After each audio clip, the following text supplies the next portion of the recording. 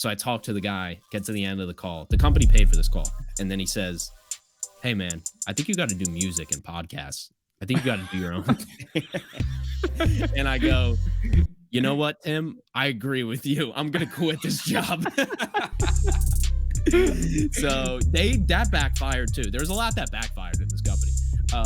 They basically taught me how to do a bunch of stuff, paid for me to learn all of it, and then paid for me to leave.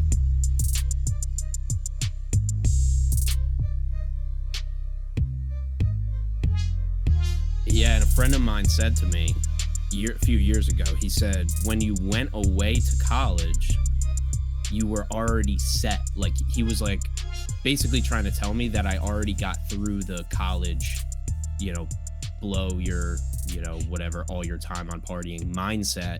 Yeah. Whereas I did, because I had 2 years of downtime to figure myself out. Whereas people went right from high school, right into the partying, right into the shit, right? And so when I got to college, I was meal prepping every meal. I was training on a schedule. I didn't have everything dialed in, but I had 2 years of meditation consistently, right? Like, not 2 full years of meditation, but learning that, reading 4-hour work week, all these different things. I went there with a mindset that usually doesn't come till you have some sort of awakening of like, holy shit, I'm still doing my college habits, right? And that or you hate your job so much. That's the biggest thing. Jobs. Yeah, exactly. So, and I never had a job that I hated, right? So I always had jobs that I enjoyed. So my mindset was I could always get a job that fits me, because I've always, not every job was perfect, but I never had a job where I really despised it. And so that would never have been an option for me to either go either of those routes, the job that sucks for the money or the party your life away.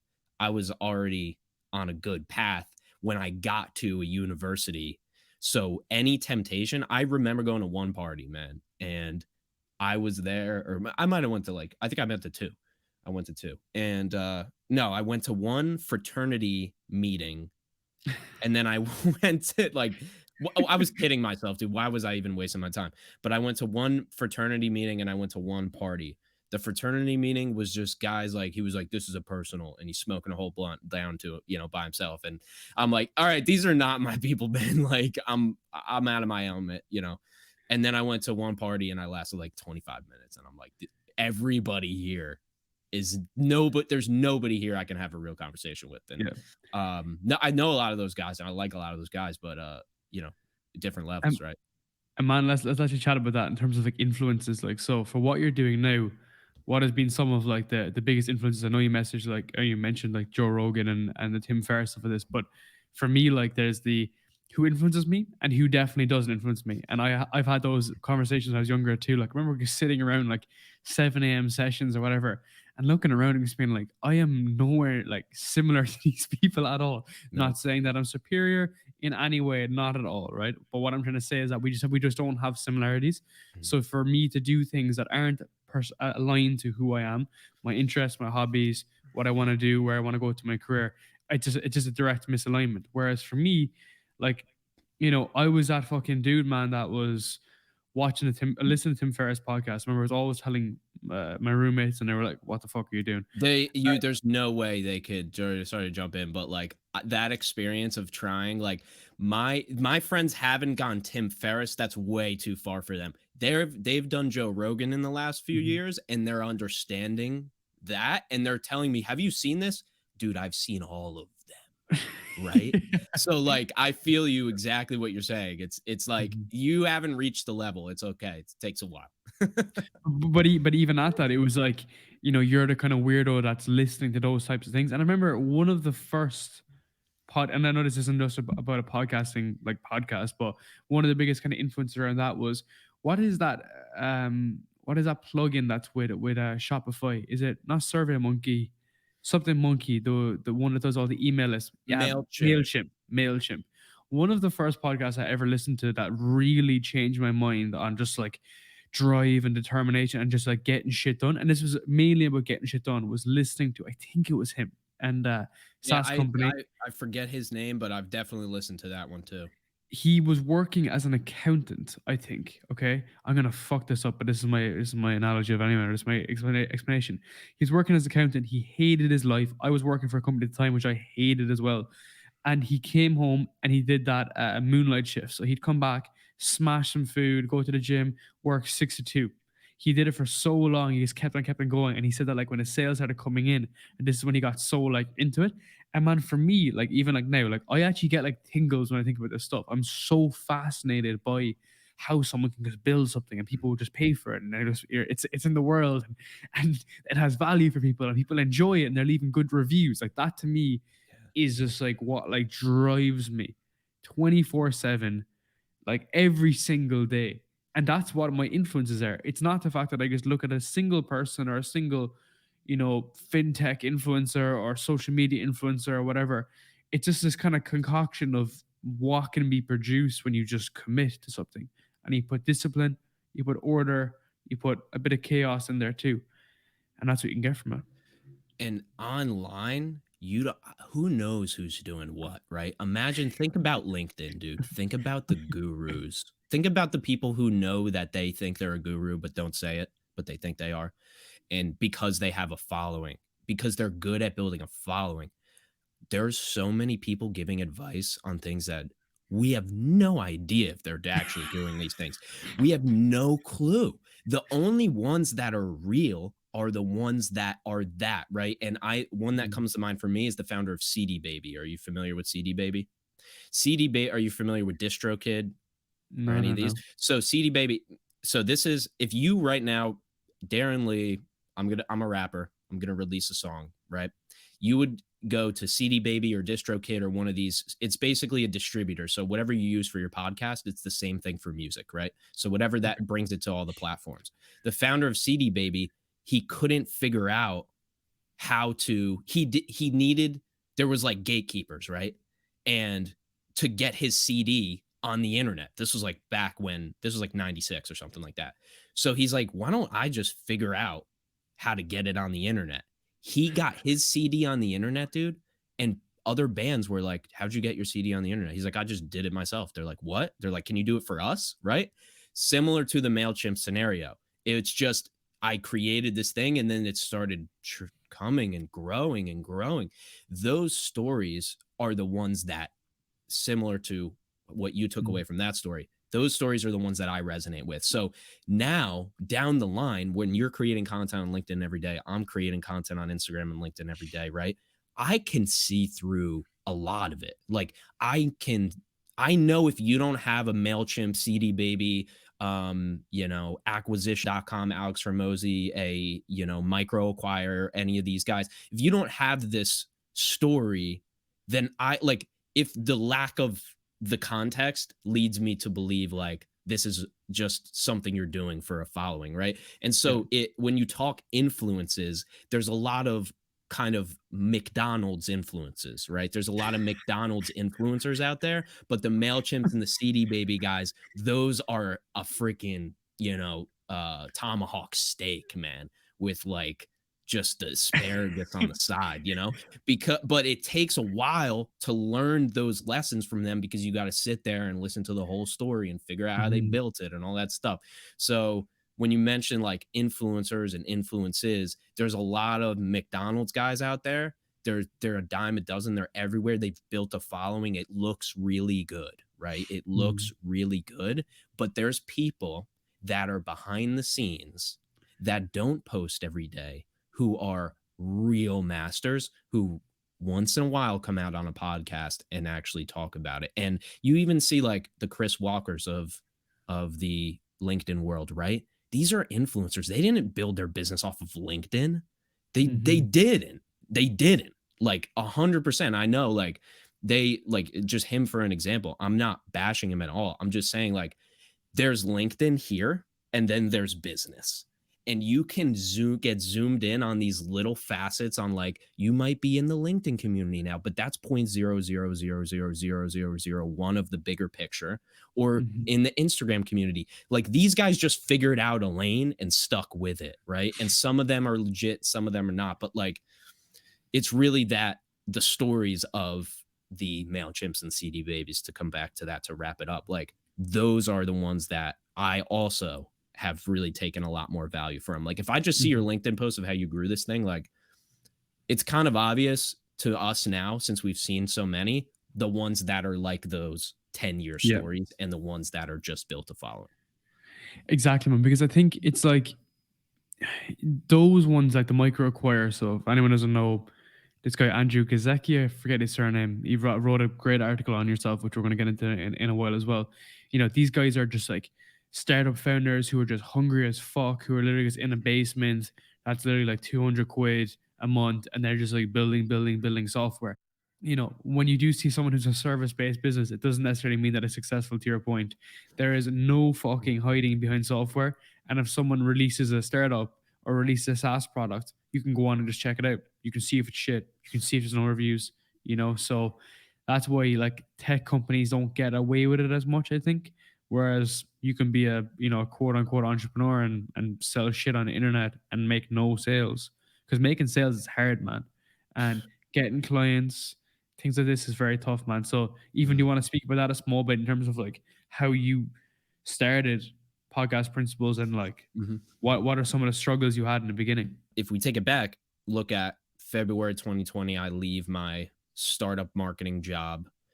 It was a job that it was the first podcast I did for somebody else. They didn't understand content. They sent 3,000 cold emails a week because they had no client retention, and they would get a $30,000 contract, live on that, blow it after 6 months, basically delivering barely any of the results that they guaranteed, and then they would send 3,000 more cold emails and grab somebody else, right? And so it went bankrupt, thank God, right? They had to restart the bit, thank God. And but this was a great learning experience for me because they were like, "Hey, come in and make content." And I'm like, "Okay, I'll do everything for the podcast." And then I'm like, "I'm doing the podcast, but you're posting it to a page that has botted followers. Like nobody's seeing this, nobody's engaging. Just send more cold emails, right? Like the podcast idea was great, but there was no execution because the belief system wasn't there in terms of what organic content can do. So I left that. They put me on sales. They're like, "You're done with the podcast. It's not working. Go on sales." Okay, cool. Bear in So mind, like now a podcast is such a long term game. Like, as in the benefit you get are direct, maybe, which is like, you know, you're advertising whatever, or indirect, which is the opportunities you build and the relation. It's not, you can't you really can have measure it. 10 listeners and be one of the most successful podcasts on the world in the world on paper because you sold 1.7 billion dollars worth of services to those to six of those people, right? Yeah. Like it's not about downloads, it's about like what you're saying, it's about what you're doing with it. The podcast itself is just an entity, but it's about Yeah. how you're leveraging it, right? So they didn't leverage it. I could have, but once again, um do sales, make us money. Podcasts don't make us money, right? So I leave that job. Good opportunity. I learned how not to run a digital business, how to run one. I was talking to somebody today. They're like, I'm talking to them about cold email. And they're like, "Don't you need help?" I'm like, "Dude, I do know that." It's like this company was successful in closing people off of cold emails. Like that was a success. The company was terrible, but that strategy works. So I take that. I always have that. I always know how to use Gmailius and set up sequences and all that stuff. So there's a ton of game that I took, and then funny enough, I missed some emails one day. I got burnt out from this company, and they were like, "You got to talk to this life coach because you're going out of control or something like that." Because I slept in, so I was like, "Okay." So I talked to the guy, get to the end of the call. The company paid for this call. And then he says, "Hey, man, I think you got to do music and podcasts. I think you got to do your own thing." And I go, "You know what, Tim? I agree with you. I'm going to quit this job." So that backfired too. There's a lot that backfired in this company. They basically taught me how to do a bunch of stuff, paid for me to learn all of it, and then paid for me to leave. It was like That's so couldn't have been funny, better. man. And people would say like, "Oh, the company was so bad, the leadership was so bad." I'm like, "Yeah, like it's sometimes it's better to do a not to do list than a to do list, right? So Yeah. sometimes it's better to know what not to do." Was that And in New York as well? that was in New York, yeah. So I worked for 30 days in person, 4 hour commute, 2 hours there, 2 hours back, car to bus to walking. So it Oh my was God. 5 in the morning, get up at 4:35, get on the bus by 6:30. That's a 1 hour and 20-minute bus ride with no traffic. Then you get to Port Authority and a 30-minute walk to the office, right? And I'm talking Park Ave, Manhattan. This shit is legit, dude. Like I think I'm balling. I'm up there on a rooftop, like follow your dreams, man. Like, working for this terrible company. But I thought it was great. I was having a great time. Cause like the founder would put us up on the roof and like want to record a podcast with aviators and like try to look cool and like talk about social media influencers. And dude, you couldn't make it up. Like I wouldn't trade it for anything.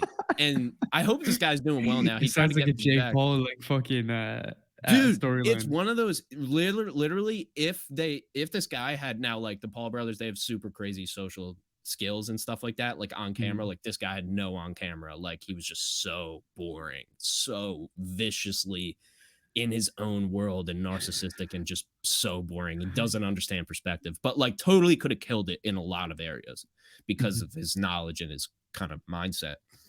But yeah, so it was a great experience. So that's February. I leave. I'm like, I'm done.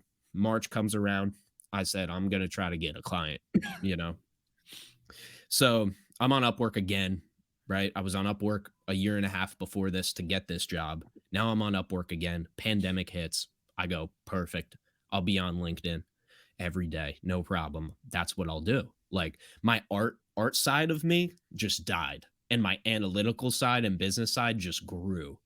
And I just stuck to that side of it and just kept going, man. Just kept going on Upwork, kept connecting with people on LinkedIn, kept trying to figure out, is this podcast thing feasible? I call these guys who do this, right? Direct competition, right? Mm. Apparently. They're like giving me game. They're like, no, we do packages the other guy does per episode, right? Like, yeah, I'm just getting all this game. Literally, this guy who launched Celebrity Podcast called me and was like, I never do this, but you're confident. You have a lot of confidence, and I think you're crazy. So I'll talk to you. So I got lucky in a lot of ways, like talking to these people. And so that's kind of the beginning of the business. I didn't have struggles other than trying to figure out if this was going to work. And I got a call out of the blue one day after a few months of LinkedIn, right? So still pandemic, probably June, July 2020. And this guy says, you're the podcast guy, right? I'm like, yes, sir. And we still to this day have no idea how he got my number. That was my first contract. It was $100 million door-to-door sales company. I don't think I signed any NDAs, but whatever. It's $100 million door-to-door sales company funding a smaller company who they hired a CEO to run, and that company paid for the podcast to be started. So the podcast was with these B-list celebrities to help promote their pain relief product, right?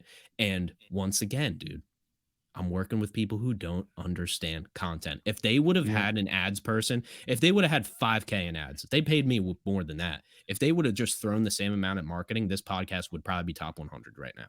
Like if Man, it had the right 100%. leadership, you know? I, So I always said as well in terms of like doubling down on actual advertising and being able to get like, pinpoint it, and this is where you don't like have to pay for it either. If you do organic, you can freaking murder organic. Like you don't have to yeah, even spend money. Just you have to just know how one of those systems works. true, exactly. But I think you said there you put it very like politely saying that you got lucky. I don't think you got fucking lucky at all, man. Like as in for context, you've been showing up on LinkedIn, smashing every single day, like as in engaging, like creating leads, creating opportunities, and this is what you do, right? So Luke Mhm. Matthews, I don't know, do you know him that well? Personally, Oh might yeah. see him. So he put up I a always try to roast him in somewhat one way or another. So yeah, he he's an interesting character. He's a funny dude to be fair. funny. He put up a post the other day and this is very important for anyone who's listening. So we're always talking about LinkedIn and I'm always talking about LinkedIn. And the reason why is this. I don't have the exact numbers now, but he was going on about how LinkedIn is by far the best platform for generating revenue. The reason why is because the average salary of a user is exceptionally high. It's crazy high. It could be like 60, $70,000, right? For the average user. For the world, that's a lot of money. Exactly. Um, everyone there is for in inverted commas business, all right? So business in some shape or form. Also, there's only 1% of people that are actually posting and engaging with people. And because of that, we have 99% of people who are onlookers, okay, who just look around. Lurking. They still lurk, but they still utilize the services. If Yes. you're a brand, you're looking for people to help you. If you're an individual, you're looking to be helped by someone, okay? So as a result, this creates this fucking pool of opportunity whereby you compare that to Instagram. You've everyone posting ass and abs. Everyone's trying to get their face in front of everyone, show you my beautiful lifestyle. Oh, here's me in Ibiza. Here's me living in fucking New York, right? And as a result, the penetration rate is really low. Okay, it's incredibly low because we can't actually get that throughput. And you never know, is your content working on LinkedIn? And then just today, I had a very interesting example of this.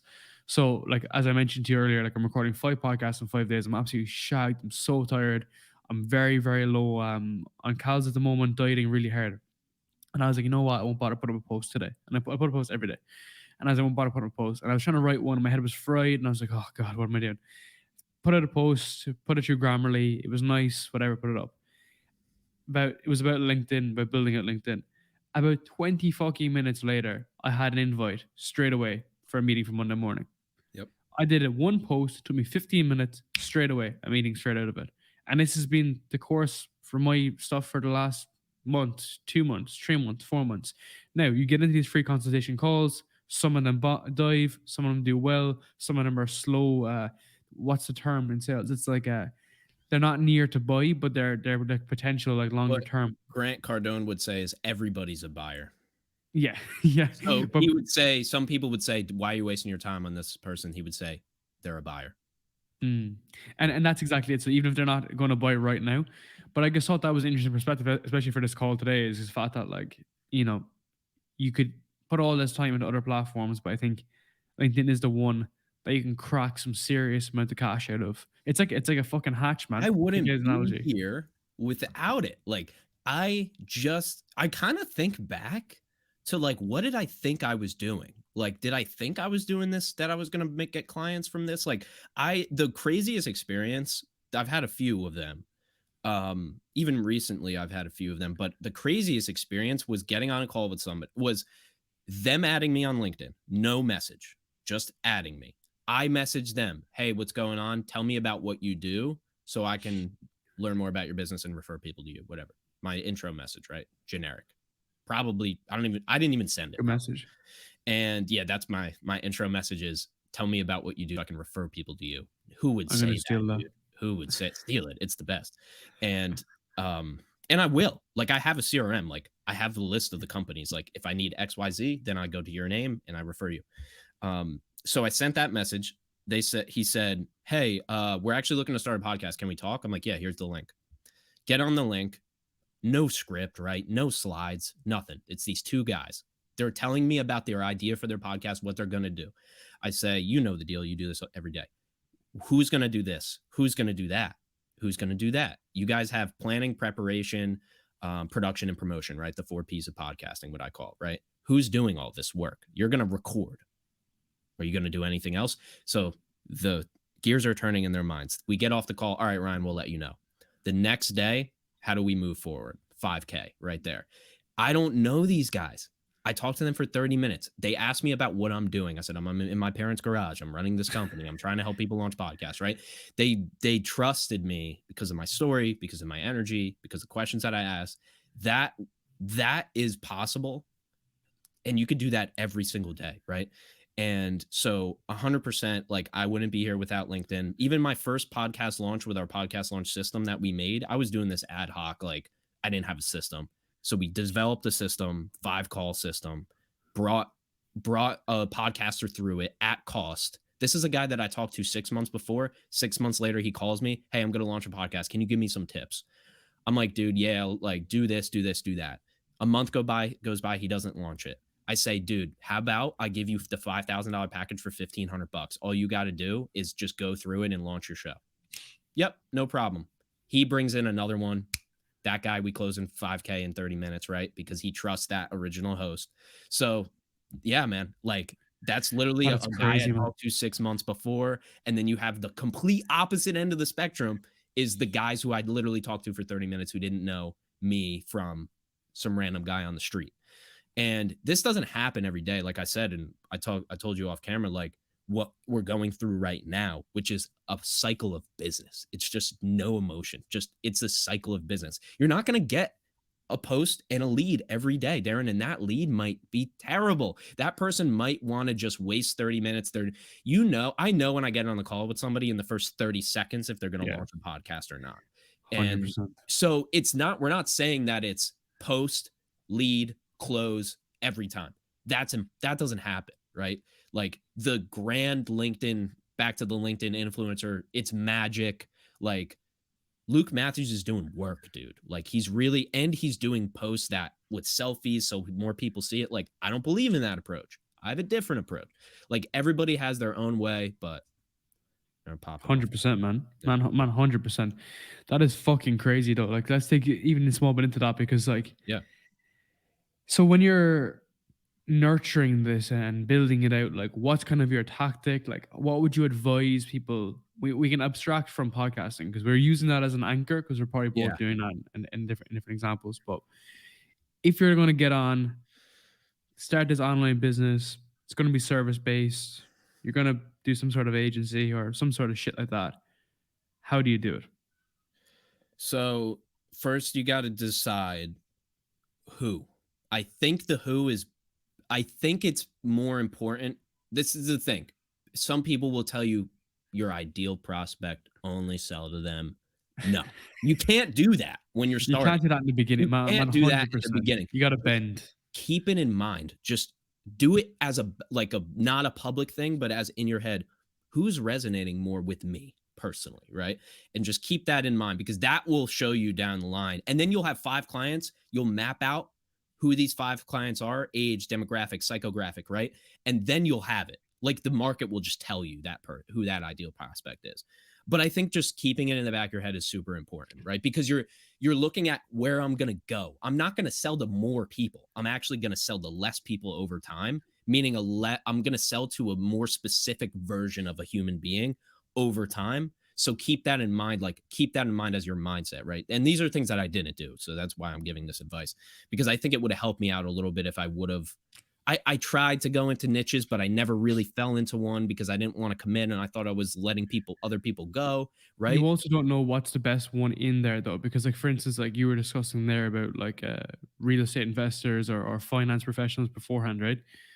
If you just get stuck in one that you're just pissing in the wind and you pick, bear in mind, if you're literally like putting your finger up outside and be like, this is where I'm going, Yes. that's when you're No, you screwed, have right? But yes, yes. You want to have the actual data. Like now I have data to back it up and go, we yeah, took a person just like you and did this, right? And so this is the ideal. Now I talked to somebody, I got an hour of coaching yesterday for free from a gentleman that I met on LinkedIn that was probably worth $10,000.